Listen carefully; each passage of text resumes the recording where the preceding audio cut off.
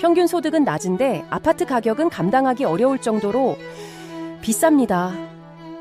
도대체 어떻게 이런 일이 가능할까요?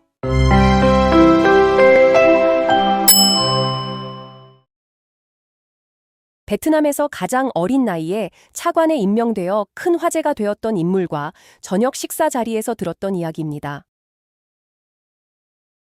미래를 책임질 베트남 젊은 관료들은 박정희 대통령과 한국의 고도 경제성장 과정을 필수 과목처럼 연구한다고 합니다.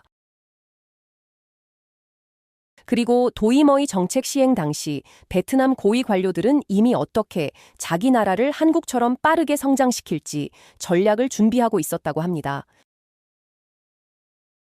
한 가지 흥미로운 점은 이들이 박정희 대통령의 새마을 운동을 매우 흥미롭게 바라보았지만 결국 벤치마킹하지는 않았다는 사실인데요. 이유는 길어지니 다음 기회로 미루겠습니다.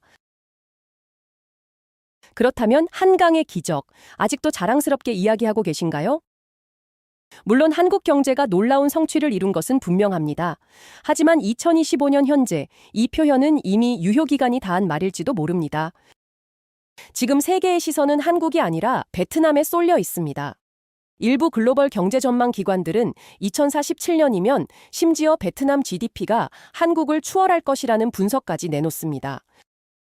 오늘은 베트남의 초고속 성장 전략, 그 이면에 숨겨진 의도와 잠재적 위험 요소를 함께 들여다보겠습니다. 베트남 정부의 당면 목표 중 하나는 태국을 넘어 동남아시아의 중심국이 되는 것입니다. 특히 관광 산업에서 1위를 차지하겠다는 야망을 숨기지 않고 있는데요. 통계에 따르면 매년 베트남을 찾는 외국인 관광객은 2천만 명 이상이며 이 중 한국인이 약 25%를 차지합니다. 즉, 매년 약 500만 명의 한국인이 베트남을 찾고 있다는 의미입니다. 그래서 베트남이 태국과의 축구 경기에서 승리하면 단순한 스포츠가 아니라 우리가 태국을 넘어섰다는 상징으로 받아들여지며 온 나라가 축제에 빠집니다. 현지에서는 감독 개인의 지도력보다 국가적 자존심의 승리라는 의미가 훨씬 더 크게 부각됩니다. 그렇다면 왜 베트남은 명목 GDP에서 7%를 차지하는 관광 산업에 이렇게 극단적으로 집중할까요? 이유는 다음과 같습니다. 관광은 단순한 여행 산업이 아닙니다. 호텔, 교통, 외식, 쇼핑, 부동산까지 전 산업을 끌어올리는 엔진입니다.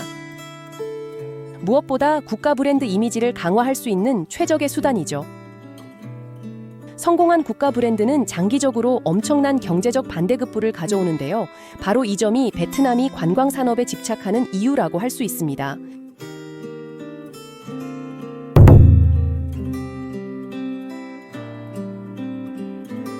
관광 산업의 파급 효과는 곧바로 부동산으로 이어지는데요.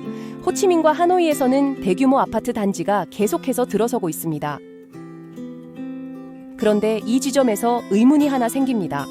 평균 소득이 낮은 나라에서 이런 집값을 어떻게 감당할까? 사실 베트남 부동산은 단순한 주거 문제 해결책이라기보단 정부, 대기업, 외국인 투자자들이 얽힌 거대한 산업판이라고 할 수 있는데요. 특히 GDP 대비 아파트 가격을 보면 한국보다도 더 높은 수준입니다. 왜 그럴까요? 이유는 단순합니다. 한국은 원가 플러스 합리적 이윤이 가격의 기준이라면 베트남은 외국인 투자자의 구매력과 심리적 기대가 가격을 결정합니다. 실제 가치보다 얼마까지 살 의향이 있느냐가 기준이 되는 시장인 것이죠. 그래서 베트남 아파트는 소득 수준에 비해 터무니없이 비싸 보이지만 외국 투자 자본의 심리와 기대 파워가 그대로 반영된 결과물입니다. 또한 정부가 이를 전략적으로 관리하며 관광 산업과 맞물려 부동산 붐을 만들어 가고 있기도 하죠. 실제로 외국인, 특히 한국인 투자자들이 매력을 느꼈던 이유 중 하나가 바로 일률 2%의 낮은 부동산 세율이었습니다. 베트남 정부는 한때 이를 20%로 인상하려 했다가 최근 다시 2%로 유지하겠다고 발표했는데요. 이 사례는 베트남 정부가 2015년 외국인에게 아파트 구매를 허용한 진짜 의도가 어디에 있었는지를 잘 보여줍니다. 결국 자국 부동산 가치 상승으로 국가 자산의 축적이라는 전략의 일환이었던 것입니다. 다만 이 같은 조세 정책의 변화 가능성은 향후 베트남 경제의 잠재적 리스크 요인이 될 수도 있습니다.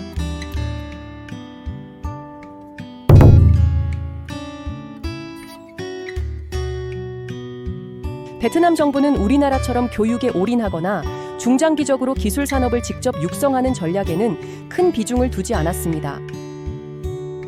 행정 제도를 혁신하는 데에도 적극적이라고 보기는 어려운데요. 대신 젊고 값싼 노동력을 활용해 외국 기업의 투자를 끌어들이는 전략을 택했습니다. 삼성전자가 대규모 투자를 한 것도 같은 맥락입니다. 한국 기업의 투자가 일자리를 제공하고 베트남 국민의 생활 수준을 끌어올리는 역할을 기대한 것이었죠. 최근 베트남은 반도체 생산 공장과 연구소 유치를 위해 힘을 쏟고 있지만 자국 기업의 기술 투자 성과는 여전히 제한적입니다. 대표적으로 빈그룹은 부동산으로 성장했지만 휴대폰 사업은 실패했고 전기차 사업도 유동성 위기를 맞으면서 결국 다시 부동산에 집중하고 있습니다. 이 과정에서 일부 한국 대기업들이 빈그룹에 투자를 단행했으나 기대만큼의 성과를 거두지 못하고 최근 철수한 사례가 있었습니다. 결국 베트남 정부는 관광, 부동산, 외국인 투자와 같은 즉각적인 성장 효과가 있는 산업에 집중하는 길을 택했는데요. 이 전략은 지금까지는 효과적이었다고 할 수 있습니다. 도시가 눈에 띄게 발전하고 GDP가 빠르게 성장했으니까요. 하지만 장기적으로는 리스크도 있습니다.